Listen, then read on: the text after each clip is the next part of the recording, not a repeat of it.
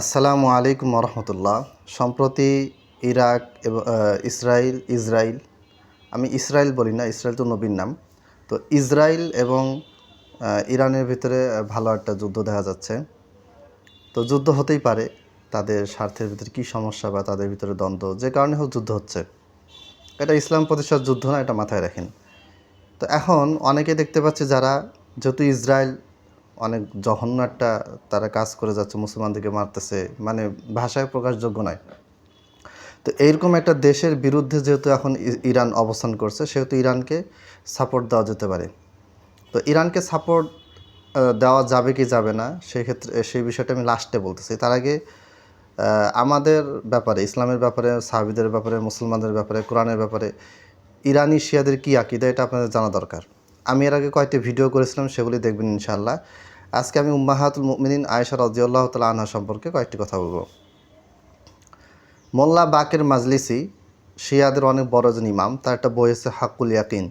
এই বইয়ের 519 পৃষ্ঠায় তিনি বলেছেন যে আন্নানা নাতাবাররাউ মিনাল আসনামিল আরবাআতি ওয়া মিনান নিসাইল আরবাঈ মিনহুন্না আয়েশা ওয়া হাফসা। আমাদেরকে 4জন মহিলা থেকে নিজেদেরকে মুক্ত রাখতে হবে, এবং এই 4জন মহিলার সাথে আমাদের কোনো সম্পর্ক নেই। এরা কাফের, বেঈমান, এদের সাথে আমাদের কোনো সম্পর্ক নেই। তার মধ্যে প্রথমে যার নাম উল্লেখ করা হয়েছে তিনি হচ্ছেন আয়েশা রাদিয়াল্লাহু তাআলা আনহা। এবং আপনারা ভিডিওতে দেখবেন তারা প্রতি বছর একটা অনুষ্ঠান উদযাপন করে, সেখানে তারা কেক কাটে। কেকটাকে ছুরি দিয়ে কাটার সময় তারা বলে আয়েশা ফিন্নার, আয়েশা ফিন্নার, অর্থাৎ আয়েশা কাফের, জাহান্নামী, আয়েশা জাহান্নামী। আর কেক কাটে তার মানে হচ্ছে তারা ছুরি দিয়ে আয়েশাকে কাটতেছে, নাউজুবিল্লাহ। এরপরে এই একই লোক মাজলিসি, তার একটা গ্রন্থ আছে আইনুল হায়াত গ্রন্থে তিনি বলেছেন যে আন্না জাফরন কানা ইয়ালআনু ফি দুবুরি কুল্লি মাকতুবাতিন আরবাআতান মিনার রিজালি ওয়া আরবাআতান মিনান নিসাই ইউসাম্মিহিম ওয়া আয়েশা। অর্থাৎ জাফর সাদিক, যাদেরকে তারা বড় তাদের শিয়াদের বড় ইমাম মানা হয়, তো এটা মিথ্যা কথা অবশ্যই। তো জাফর সাদিক তিনি কী করতেন, তিনি প্রত্যেক সালাতের শেষে 4জন মহিলা এবং 4জন পুরুষকে লানত করতেন। কানা ইয়ালআনু ফি দুবুরি কুল্লি মাকতুবাতিন আরবাআতান মিনার রিজাল ওয়া আরবাআতান মিনান নিসা মিনহুন্না আয়েশা। অর্থাৎ 4জন মহিলা এবং 4জন পুরুষকে জাফর সাদিক রাহিমাহুল্লাহ, তিনি তো অবশ্যই ভালো ছিলেন, কোনো সন্দেহ নেই, তাকে ব্যবহার করা হচ্ছে। শিয়ারা তাদের মাযহাব, তাদের দিন প্রতিষ্ঠার জন্য, এই কুফরি মাযহাব প্রতিষ্ঠার জন্য তারা যে কজন ব্যক্তিকে ঢাল হিসেবে ব্যবহার করে, তার মধ্যে ইমাম জাফর সাদেক রাহিমাহুল্লাহ অন্যতম। তো এই 4জন মহিলার ভিতরে কে আছেন? আয়েশা আছে এবং হাফসা আছে। আয়েশা কার্মে আবু বকরের, হাফসা কার্মে ওমরের। ওমরকে, আবু বকরকে তারা দেখতে পায় না, তাদের মেয়েকেও তারা দেখতে পায় না, রাদিয়াল্লাহু তাআলা আনহুম আজমাইন। আচ্ছা, এরপরে মোল্লা বাকের মাজলিসে একটা গ্রন্থ আছে হায়াতুল কুলুব। এই গ্রন্থ তিনি বলেছেন যে ইন্না আয়েশাতা ওয়া হাফসাতা লাআনাতুল্লাহি আলাইহিমা ওয়া আলা আবাওয়াইহিমা।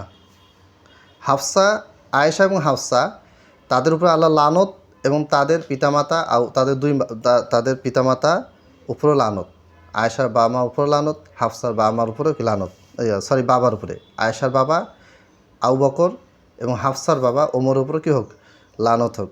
এরপর তারা একটা মিথ্যাচার করেছে, যে লানত কেন করা হচ্ছে সেটার কারণও বলা হয়েছে যে কতালাতা রাসূলুল্লাহি সাল্লাল্লাহু আলাইহি ওয়াসাল্লাম বিসাম্মি।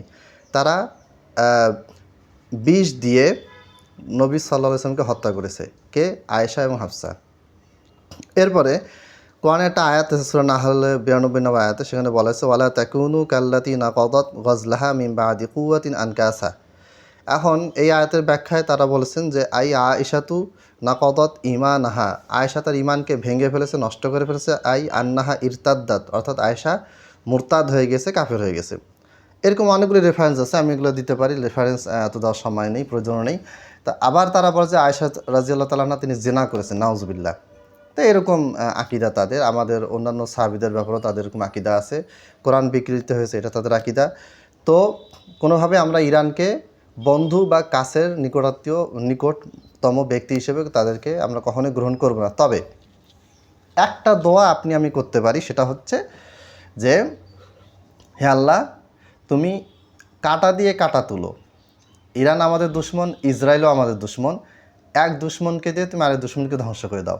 এই দোয়া আপনি করতে পারেন। ইরানকে দিয়ে ইসরায়েলকে ধ্বংস করার দোয়া আপনি করেন, আমিও করি, তাতে কোনো অসুবিধা নেই। কিন্তু আমরা আন্তরিকভাবে অন্যান্য মুসলমান কান্ট্রি বা মুসলমানদেরকে আমরা যেভাবে সাপোর্ট করি, চাই, তাদের সাথে যেভাবে সম্পর্ক রাখি, তাদের সাথে সম্পর্ক রাখতে হবে মনে করি, এটা ইরানের ক্ষেত্রে প্রযোজ্য নয়। অবশ্যই ইরানের ক্ষেত্রে এই ধরনের কোনো চিন্তাভাবনা আপনাকে আমাকে আনা যাবে না। আল্লাহ তাআলা আমাদেরকে বুঝার তৌফিক দান করুন। আমিন। আসসালামু আলাইকুম ওয়া রাহমাতুল্লাহ।